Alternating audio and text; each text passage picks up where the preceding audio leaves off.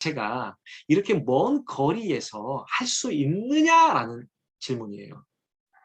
네. 그러니까 적어도 로마와 빌립보 교회와의 관계를, 그러니까 어떤 거리의 관계를 생각을 한다면 가능하지 않을 것 같다라는 것이죠. 자,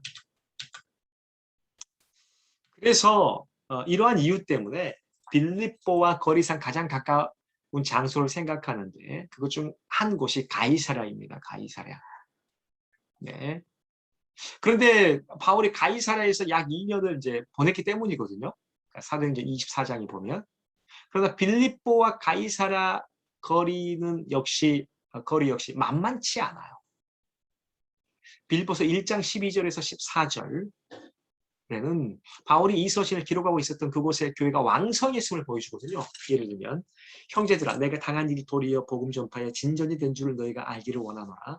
이러므로 나의 매임이 그리스도 안에서 모든 시대 안과 그 밖의 모든 사람에게 나타났으니 형제 중 다수가 나의 매임으로 말미암아 주 안에서 신뢰함으로 겁없이 하나님의 말씀을 더욱 담대히 전하게 되었느니라. 자, 중요한 것은 가이사랴에 교회가 활발했다라는 증거가 희박해요. 그리고 가이사랴라고 했었을 때에 거리도 로마와 빌립보를 생각하는 것처럼 네, 거리가 만만치 않아요. 가이사랴에서 빌립보로 가는 게 이제 많은 학자들이 이제 이런 이야기를 해요. 그러니까 가이사랴는 이제 뭐 아니다. 근데 에베소를 이 빌립보서 저작 장소로 지목하게 돼요. 이것은 많은 학자들이 봐요. 많은 학자들이 동의하는 부분이에요. 약 한 160km 정도, 약 100마일 정도이기 때문에 가깝기도 하고 마게도냐 지역에 바울도 또 디모데도 거쳐간 적이 있기 때문에 또 뭐 에베소의 시위대가 주둔하고 있었다라는 비문도 발견이 되어지기 때문에 그래요, 여러분. 네.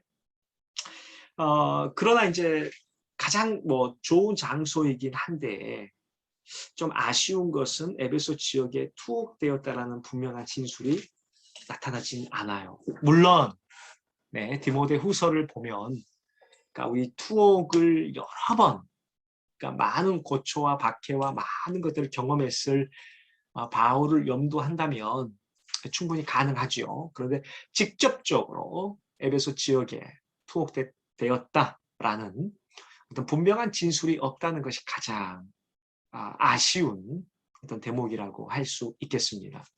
자, 그래서 저희는 이런 학문적인 이슈들이 분명히 있지만 네, 바울이 로마에 투옥되어 있었다라는 몇몇 증거들이 분명히 존재하기 때문에 이 문서 안에서도 우리는 로마라고 이해하는 것이 맞다. 자, 예를 들면 시위대. 이 시위대에 대한 언급이 1장 13절에 등장해요. 이러므로 나의 매임이 그리스도 안에서 모든 시위대 안과 그 밖의 모든 사람에게 나타났다. 자, 이제 이 어떤 그 표현이 황궁에 주둔하던 정예병들, 근위병들이 머문 본부 아니겠는가라는 생각을 해보는 거예요. 할 수 있다는 거예요. 또 다른 언급인데요. 4장 22절에 보면 가이사의 집 사람들 중 몇 명이 교인들에게 인사를 건네요. 여기에서 가이사는 황제를 뜻하죠. 그렇죠. 다시 말해서 시위대와 가이사는 로마를 연상하게 하는 언급들이에요. 네.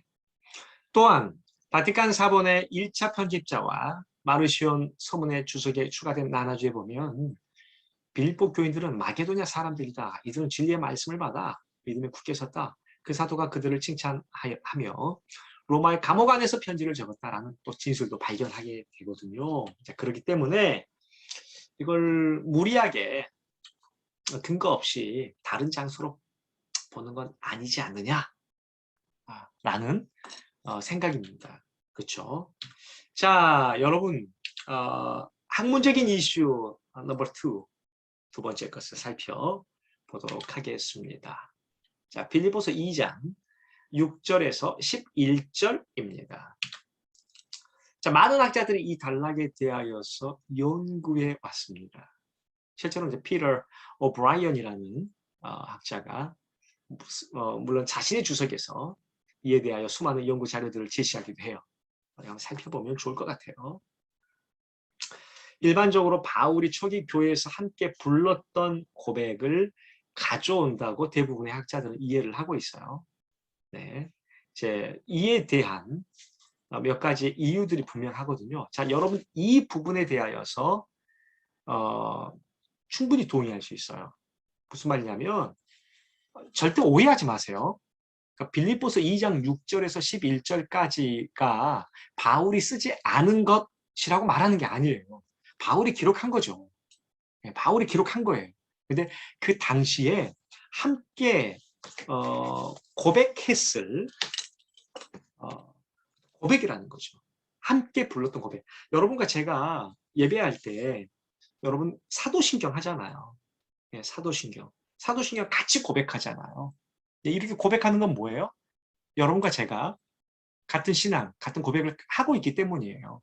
그렇죠. 지금 이 빌립보서 같은 경우 우리가 생각해 본다면 예수님이 십자가에 달리시고 초기 기독교가 시작된 이후 거의 한 2, 30년이 흐른 상황입니다. 자, 그렇죠. 자, 그렇다고 한다면 초기 기독교의 이 상황이 충분히 많은 논의들이 있었고 많은 어떤 신앙의 고백들이 있었다고 우리는 인정해야 돼요. 여러분 사도행전 15장도 봐보시고요. 많은 어떤 갈등들이 있잖아요. 네, 이런 것들을 논의할 수 있을 상황이에요. 네, 충분히 말입니다. 자, 그렇기 때문에 이들이 함께 고백했을 것이다. 함께.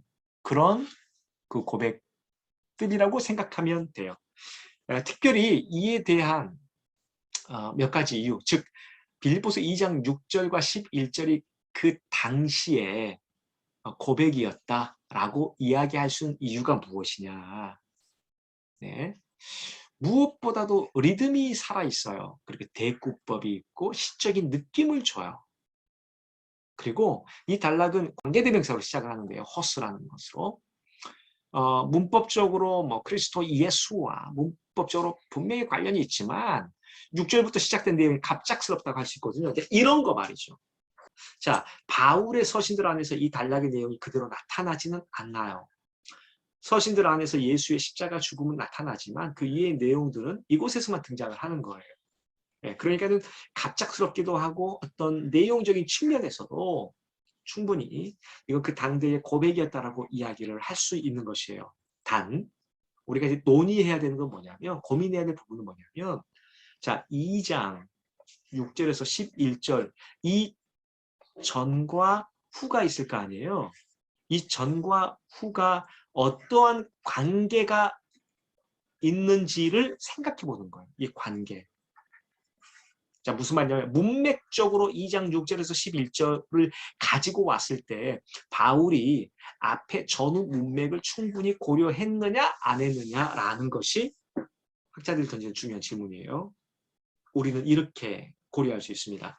모든 것을 고려한 상태에서 바울이 가져왔다라는 것입니다. 네. 자, 이 내용을 보면요. 그리스도의 비하와 승귀가 나타납니다. 자, 이것은 제가 이제 바이블 웍스에서 그대로 한번 가져와 본 거예요. 얼마나 좀 대꾸가 이루어지고 리듬감이 있는지 한번 가져온 것이고요. 실제적으로 이런 부분들은 이제 바이블 웍스의 이제 다이어그램에 다 잘 등장하고 있는데 우리가 그냥 글을 읽어보더라도 충분히 좀 시적인 어떤 느낌을 가질 수가 있어요. 네. 자, 바울은 2장 6절과 11절의 내용을 앞뒤 문맥과 이제 관련을 시키면서 이 진술들을 하고 있다. 예를 들면 내용의 흐름에 있어서 윤리적인 진술에서 신학적인 진술, 또 신학적인 진술에서 윤리적인 진술로 나아간다. 이 정도 선에서 이해하면 참 좋겠다라는 것입니다. 네. 자, 바울은 당대 초기 교회에서 함께 고백했던 찬가를 문맥안에서 이용한다라고 꼭 이해해 주시면 되겠습니다. 자, 바울 당대의 신앙 고백과 찬가들은요, 초기 기독교 예배에서 정말 충분히 사용이 되어졌어요. 네. 실제로 바울은 자신이 누군가로부터 전해받았다라는 표현을 종종 하거든요. 네. 뿐만 아니라 바울은 고린도전서 14장 26절이라든지 에베소서 5장 19절이라든지 골로새서 3장 16에서 17절에서도 초기 예배에서 사용하였던 찬양들을 명백하게 진술하고 있어요. 명백하게요. 네. 자, 그리고 그 당시 교회에서 예배에서 사용된 고정된 표현들을 자주 사용하는 것으로 우리는 이해할 수 있어요. 예를 들면 뭐 1장 3절에서 4절 로마서. 네, 여기도 제가 이제 로마서 할 때 좀 말씀을 드렸을 거예요. 네, 충분히 함께 고백했을 어떤 표현들인 거죠. 좀 더 자세히 설명해 보자면, 네, 실제적으로 초기 예배에서 사용했을 형식에 대해서 이것이 고백이 되었든 찬양이 되었든 약 100년 동안 논의가 되어진 거예요. 네, 약 100년 동안 논의가 되어진 것입니다. 자, 이것에 대하여서 롱게네커의 이야기를 한번 이렇게 쭉 살펴보면 좋을 것 같아요. 그리고 제가 여러분들에게도 한번 이 강의 안에 이 부분들을 또 넣어서 드렸으니까 이 부분은 그대로 한번 읽어보시면 좋겠다. 그러니까 이만큼 아주 오랫동안 논의를 한 부분들인 거예요. 이런 어떤 당대의 고백들에 대하여서. 이해가 되시죠? 네. 자,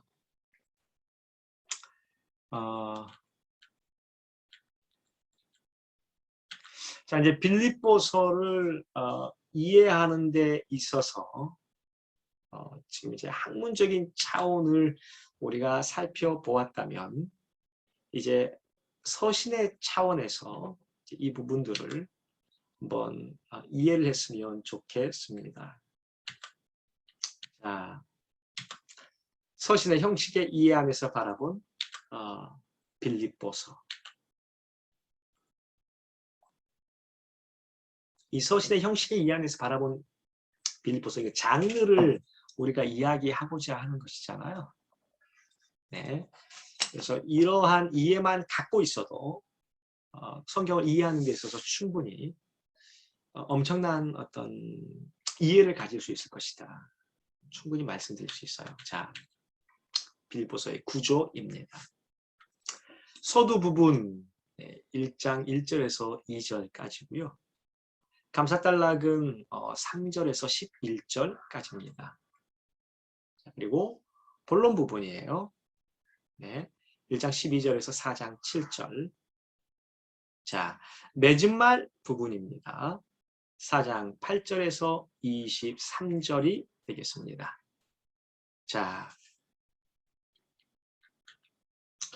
서두 부분 한번 들어가 볼까요? 네, 서두 부분입니다. 1장 1절에서 2절인데요. 그리스도 예수의 종 바울. 그렇죠? 바울은 자신을 빌립보서의 발신인으로 밝히고 있습니다. 주목할 수 있는 것은 사도라는 명칭이 등장하지 않아요.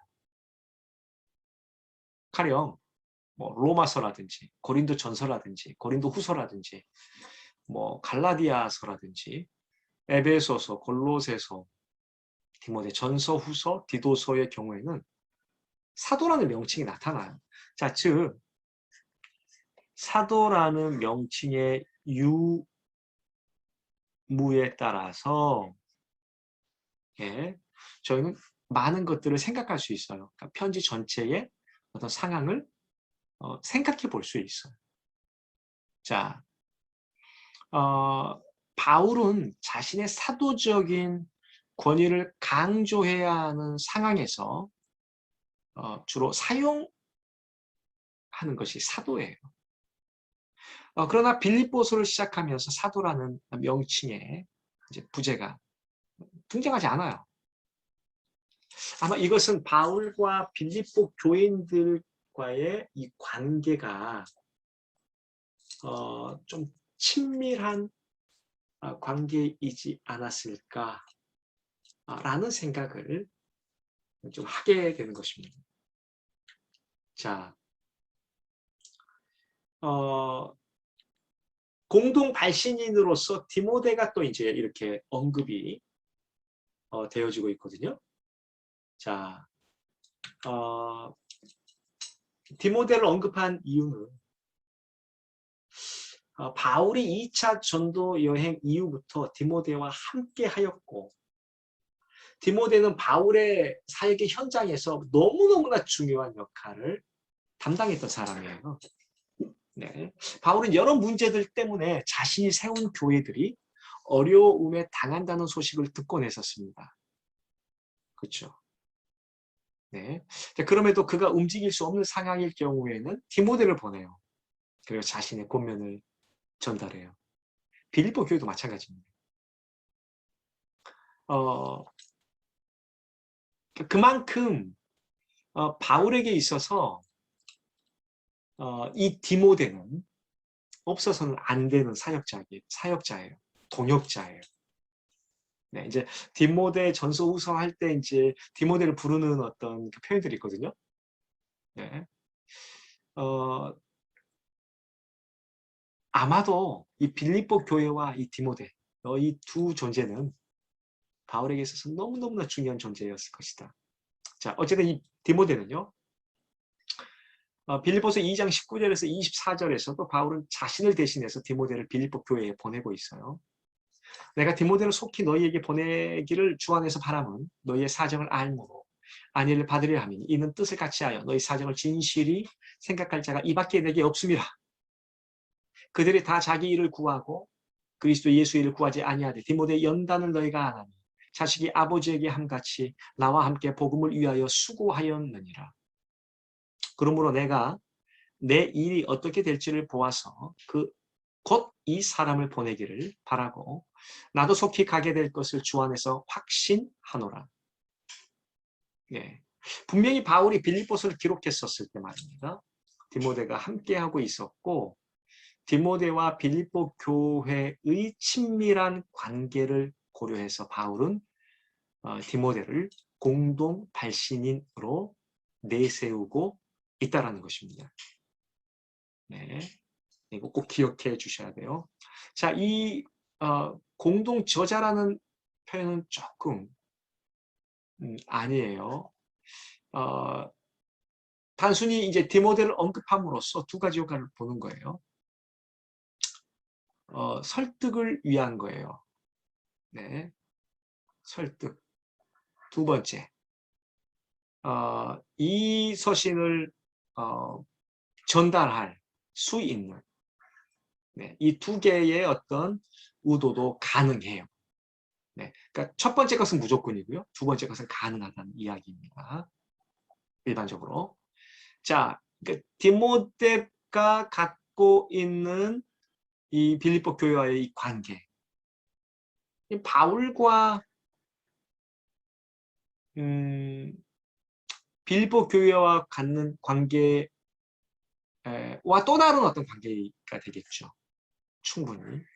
그래서 이 디모데를 언급함으로써 충분히 바울 자신이 이야기하고자 하는 것들에 대해서 좀 설득력을 더 증강시키는 것으로 이해할 수 있습니다.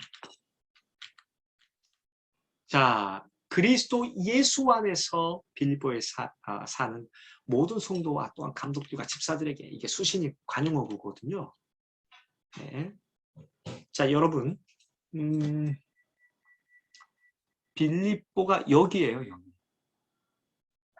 네. 안 가고 싶었다 했잖아요. 그러니까 바울은요, 이 지역에서 계속해서 복음을 전하기를 원했었어요. 이 지역. 네. 하나님께서 막으신 거죠. 성령께서 막으시고 여기서 이렇게 넘어온 거예요. 네. 이렇게 넘어온 상태입니다. 자, 이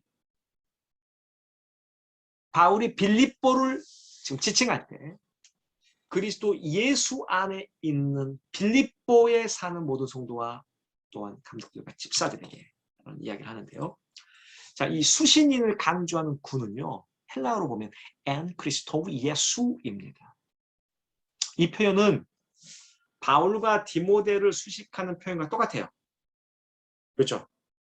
이렇게 파울로스 카이 모테우스 돌로이 그리스도 예수. 네.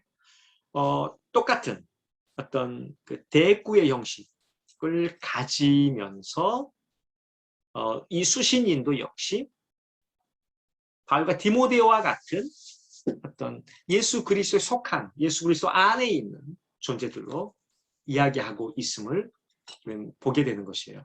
자,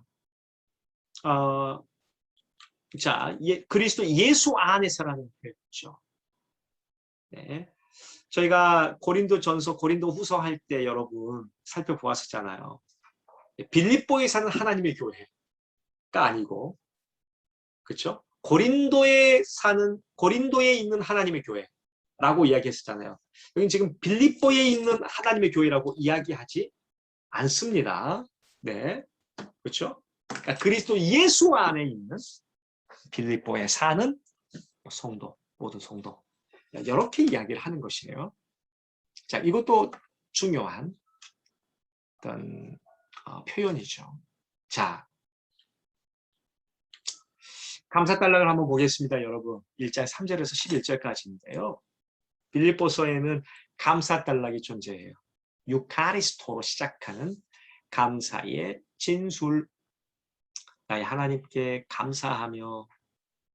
자, 여러분 방식도 있어요. 간구할 때마다 너희 무리를 위하여 기쁨으로 항상 간구함은. 이유도 있어요. 너희가 첫날부터 이제까지 복음을 위한 일에 참여하고 있기 때문이라. 너희 안에서 착한 일을 시작하신 이가 그리스도 예수의 날까지 이루실 줄을 우리는 확신하노라. 설명도 있습니다. 내가 너희 무리를 위하여 이와 같이 생각하는 것이 마땅하니 이는 너희가 내 마음이 있음이며 나의 매임과 복음을 변명함과 확정함에 너희가 다 나와 함께 은혜에 참여한 자가 됨이라. 내가 예수 그리스도의 심장으로서 너희 무리를 얼마나 사모하는지 하나님이 내 증인이시니라. 자, 여러분 또 기도 보고도 있어요. 내가 기도하노라. 너희 사랑을 지식과 모든 청명으로 점점 더 풍성하게 하사 너희로 지극히 선한 것을 분별하고 진실하여 허물 없이 그리스도 날까지 이루고 예수 그리스도로 말미암아 의의 열매가 가득하여 하나님의 영광과 찬송이 되기를 원하노라. 자, 여러분 이 감사달락에 우리 감사달락을 읽어보면 특별히 8절에서 바울과 빌립보 교회의 관계가 잘 드러나는데요. 내가 예수 그리스도의 심장으로 너희 무리를 얼마나 사모하는지 하나님이 내 증인이시니라. 이렇게 이야기를 해요. 여러분 이렇게 진술함으로써 얼마나 빌립보 교인들을 현재 사랑하고 있는지 그 강도를 표현하고 있는 거예요. 그러니까 제가 말씀을 드렸지만 바울이 의도한 계획했던 어떤 그런 상황이 아니었어요. 전혀 다른 상황. 네. 전혀 다른 상황의 모습이 있었단 말입니다. 그런데 이 상황에서 예기치 않는 교회, 이 교회가 태어나게 된 거죠. 얼마나 사랑스럽겠어요. 그렇죠?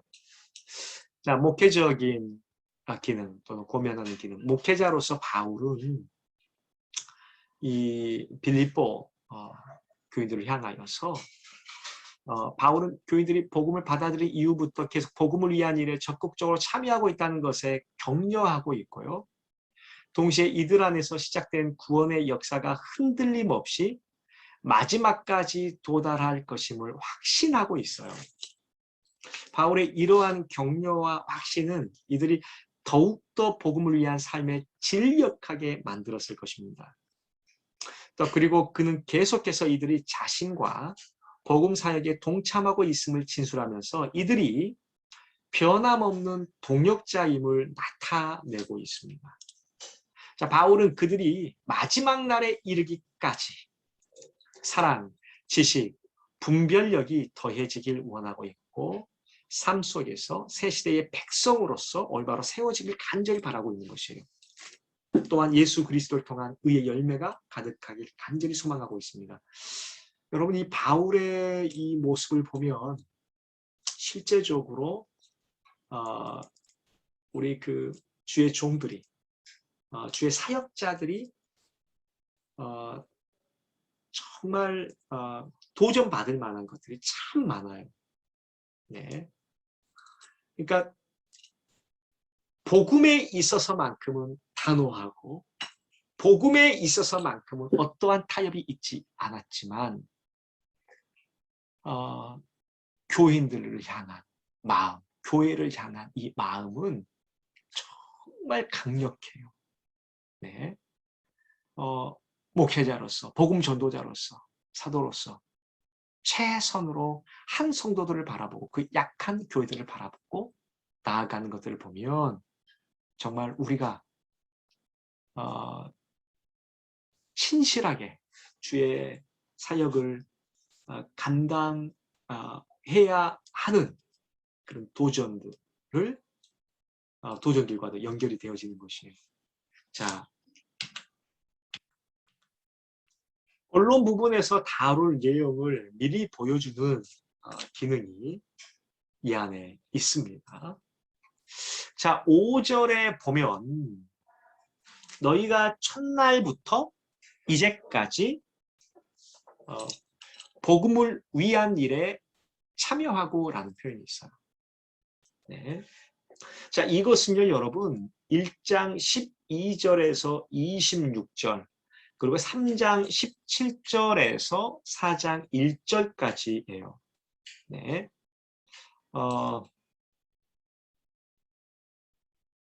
3장 17절에서 4장 1절까지. 그쵸? 자, 여기에 보면 먼저 1장 12절에서 26절을 살펴보게 되면 여러분, 바울이 자신이 매여 있는 것, 그리고 복음을 전파하는 것, 이것에 대한 간절한 자신의 삶을 드러내고 있고 이것에 대하여서 이들에게 암시적으로 복음을 위한 일에 참여하도록 독려하고 있습니다. 자, 3장 17절에서 4장 1절은요. 또한 바울이 자신의 이제 시민권, 우리의 시민권이 하늘에 있음을 이제 이야기하면서 계속해서 이 복음에 진력하도록 만들고 있습니다. 자, 7절에 보면요, 여러분, 너희가 다 나와 함께 은혜에 참여한 자가 됨이라 이 표현이 있습니다. 자, 여기는 여러분 4장 10절과 20절의 연결이 되어집니다. 네, 4장 10절에서 20절까지입니다. 자, 여기에 보면 빌립보 교인들을 향한 어떤 마음도 드러나게 되고요. 네, 또 은혜에 참여한 자로서 빌립보 교인들에 대하여 또 계속 이야기하고 있는 것이거든요. 자, 그리고 여러분 9절에 보면 사랑이라는 표현이 또 등장을 해요. 그렇죠? 자, 이건 2장 1절에서 11절까지 그리스도의 겸손과 더불어서 이들에게 실제적으로 사랑을 행하도록 네, 도전을 주고 있는 것입니다. 그리고 4장 2절에서 3절을 보면요. 내가 유오디아를 권하고 순두개를 권하노니 주 안에서 같은 마음을 품어라 라는 이야기를 하거든요. 네, 이 표현들을 보더라도요. 교회 안에 큰 싸움이 있었던 것 같아요. 이 두 여인이 언급이 되어질 정도로 큰 싸움이 있었던 것 같아요. 교회는 싸움이 없을 수가 없죠. 이런 싸움들도 충분히 생각할 수 있지만 초기 기독교에서도 이런 큰 싸움이 있었던 것 같아요. 그래서 이들에게 서로 품고 사랑하도록 지금 고민을 하거든요. 자, 그래서 미리 보여주는 것이 이제 사랑이라는 것이죠. 너희 사랑을 지식한 모든 청년을 점점 더 풍성하게 하사라는 거예요. 자, 9절 같은 경우 총명이라는 표현이 있어요. 분별력이거든요. 분별력. 이건 2장 19절에서 30절에 해당하는 것입니다. 네. 이건 이제 분별력과 좀 관련이 되어지는 건데 올바른 판단이라든지 분별력을 지금 이야기하는 부분이에요. 자, 10절은요. 진실하여 허물 없이라는 어떤 표현이 나타나는데 이것은 1장 27절에서 30절, 2장 12절에서 18절, 4장 4절에서 9절까지 허물 없는 어떤 성도로서의 삶, 성도의 정체성에 합당한 삶을 또 관련을 시켜서 이야기하고 있고요. 11절에 보면 예수 그리스도로 말미암아 의의 열매가 가득하다라는 표현이 있거든요. 이것은 3장 1절에서 16절과도 관련이 되어지는 이게 이제 의와 관련이 되어지는 또 어떤 표현들이 등장을 해요. 그렇죠? 자, 이처럼 본론 부분에서 다룰 내용을 미리 이렇게 키워드들을 가지고 또 키 개념, 중요한 개념들을 가지고 보여주고 있다는 것을 여러분 알았으면 참 좋겠습니다. 1장부터 4장까지밖에 없잖아요. 그런 차원에서 이 감사 단락이 좀 길다라는 어떤 느낌도 있는 거예요. 네, 그 말인즉슨 바울의 어떤 심정, 지금 빌립보 교인들을 향한 어떤 그런 마음들이 여실히 드러나고 있음을 우리 충분히 알 수 있는 것입니다. 자, 본론 부분입니다. 본론 부분에 보면 1장 12절에서 4장 20절까지거든요.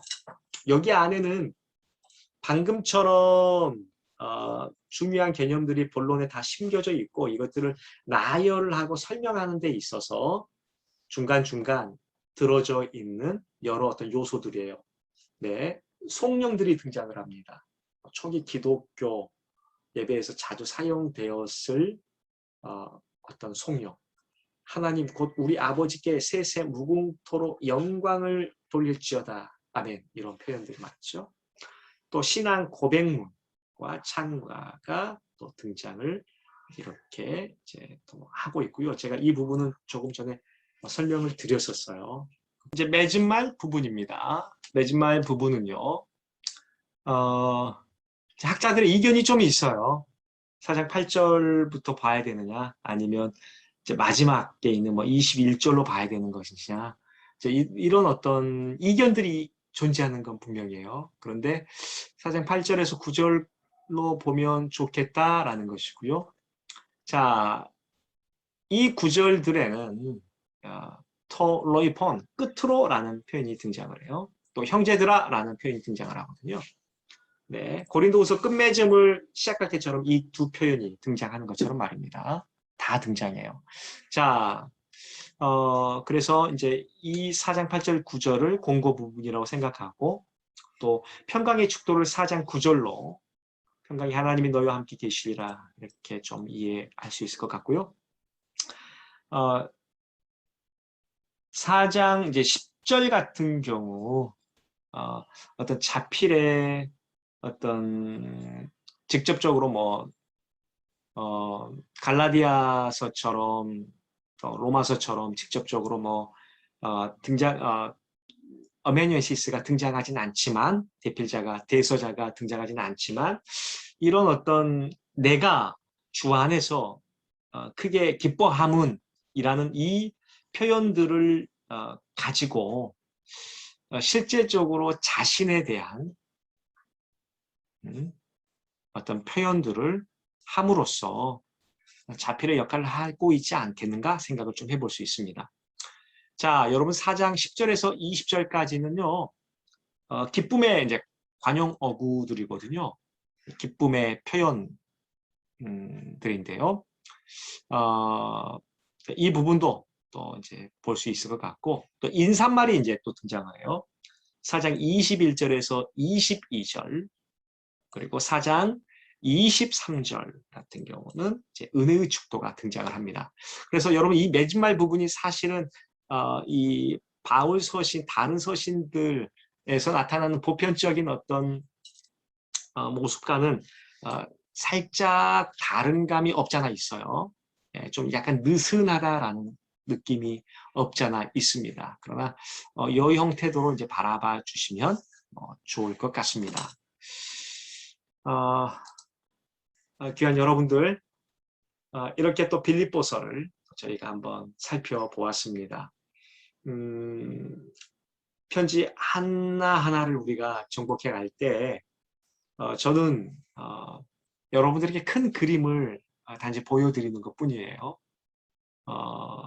그리고 이 시간 안에 제한된 시간 안에서 여러분들과 함께 어떤 큰 그림들을 보여주면서 여러분들이 앞으로 또는 뭐 지금 당장 이 각 서신의 어떤 내용에 조금 익숙해졌으면 좋겠다라는 그런 마음이 있습니다. 그래서 이 큰 그림 안에 작은 어떤 나무들을 심어 나가는 것은 여러분들의 몫으로 제가 던져 드립니다. 공을 던지는 거예요. 자, 오늘도 정말 여러분들 수고 많으셨고요. 마지막까지 최선을 다하겠습니다. 한번 기도하겠습니다. 하나님 아버지, 감사합니다. 이 시간 또 우리와 함께 해주셔서 고맙습니다. 주님의 영광 드러내는 우리들 될 수 있도록 인도하여 주옵소서. 감사합니다. 예수님 이름으로 간절히 기도드립니다. 아멘.